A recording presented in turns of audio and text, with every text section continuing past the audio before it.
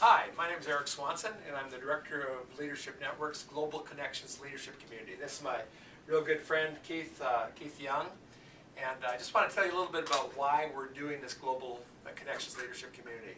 Many years ago, or a few years ago, Jim Collins wrote a book called From Good to Great, and it was a spin-off on his first book called Built to Last, in which he identified many companies that have been around for like 60, 70, 80, 100 years even that have been successful. Somebody posed the question to him, well, do you know of any average companies that actually became great? And that put him on a quest to, he and his research team, to discover companies that have been average for at least 15 years. Then something happened that changed the trajectory of those companies where they outperformed their peer companies, I think, by 11 times over the next 15 years.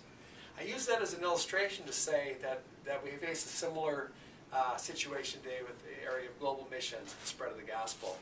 If you were to survey every person in the year 1900 and ask them what religion they were, that 34% of them would check the box that they're either Catholic, Protestant, or Orthodox. Now I want to make the point that 100 years later, with all the great church planting efforts, with all the explosive growth of the church in Africa and Asia and then South America, with all the technology things that we have like the Jesus film and radio and TV broadcasting, working as hard as we can, the year 2000, that percentage is 34%.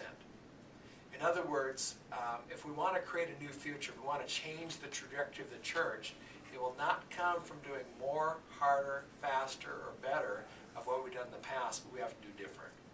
And so this leadership community is really about what's in this box. Who wants to get in here and figure out the future missions that will really change the trajectory of the church, that 100 years from now that we're not at 34%, but something differently where more people can be experiencing the kingdom of God, the shalom of His presence in their lives and in their communities.